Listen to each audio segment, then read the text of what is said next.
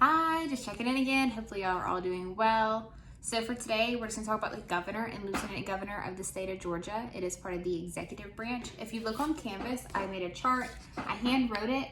I highly suggest that y'all copy it if you can, if you've not already, into your ISSN. It'll just be super quick and easy, nothing crazy. But I do wanna go over the chart with you really fast. It should only take a couple minutes. So for both the governor and lieutenant governor of Georgia, you have to have your qualifications to get voted in.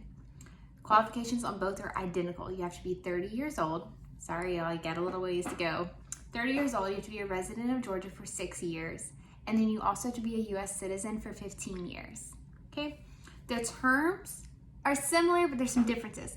For the governor of Georgia, you're gonna be the governor for 4 years. However, you can only have 8 consecutive years.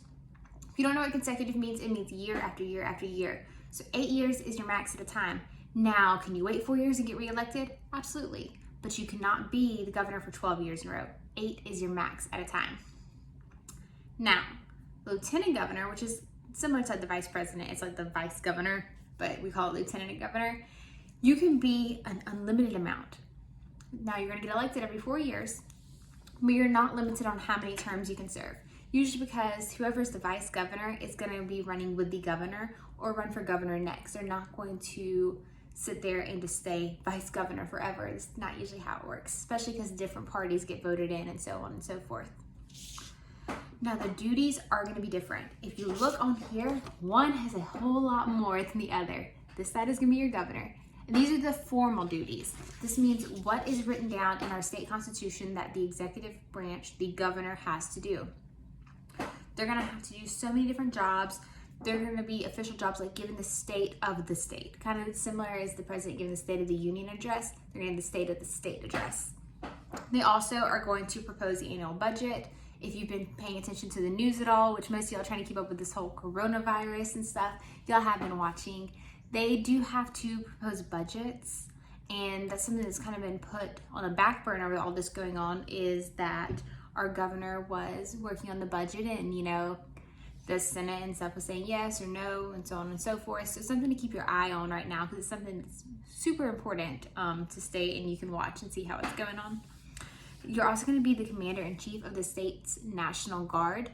You can also see this going on in the news. You can see where Governor Kemp has called up National Guard in some cases to ensure that people are following the law, following directions.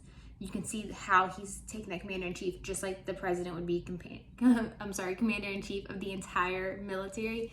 The state's National Guard is ran by the governor. Now your governor also has to oversee all of the executive branch, and we'll get into that in another video, but there are a lot more parts of the executive branch than just being the governor and lieutenant governor, but we'll save that for another video. Now your lieutenant governor has 2 main things, just 2. The first thing is to preside over the Senate. They are over the Senate. They're going to be the speaker. They make sure everything's going well. And also, if the governor ever leaves, their second job is they act as governor. If the governor leaves the state for any reason, goes to Congress, like the United States Congress, for a meeting, then the lieutenant governor steps in and they take charge.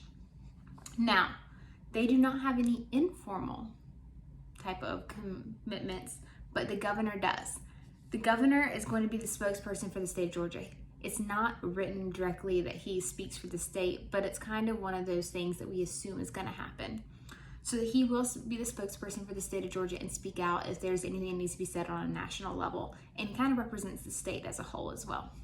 All right, like I said, chart will be on your Canvas page. Please copy it down into your ISSN. Y'all have a wonderful day and stay safe.